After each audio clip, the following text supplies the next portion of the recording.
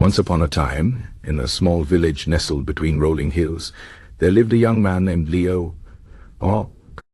Leo was not the strongest or the smartest person in the village, but he had a dream to become the greatest sculptor the world had ever known.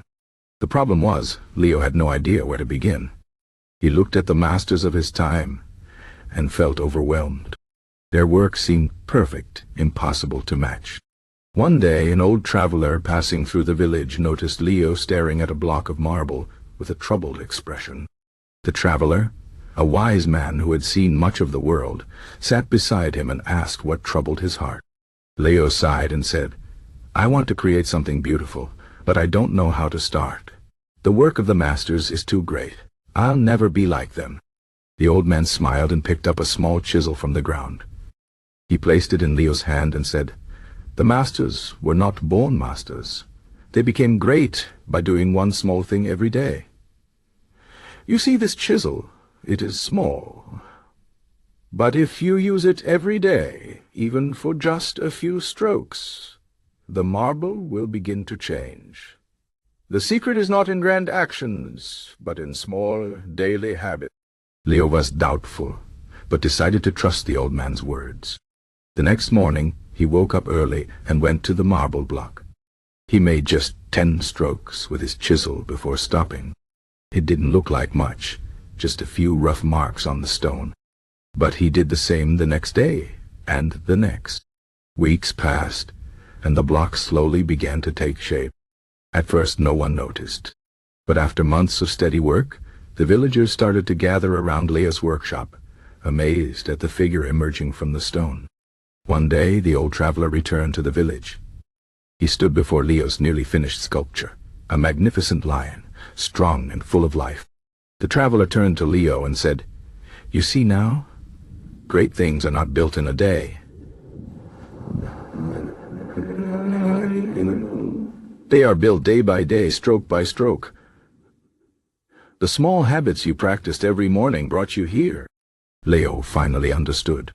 His success was not the result of one grand effort, but the accumulation of small, consistent actions.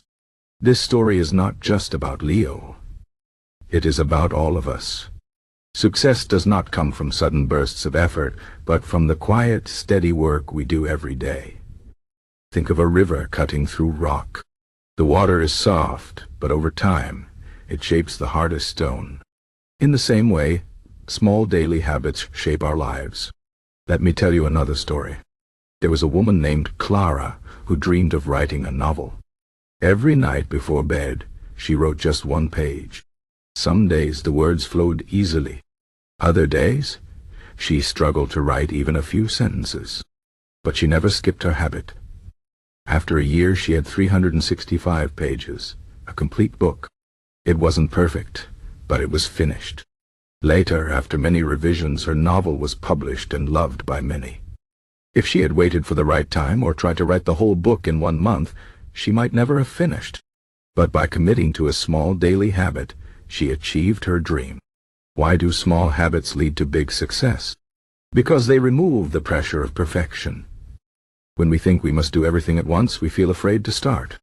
But when we focus only on today's small step, the task becomes manageable. Small habits also build discipline. The more we repeat an action, the stronger our willpower grows. Like a muscle, discipline strengthens with use. There is also the power of compound growth. Imagine planting a single seed.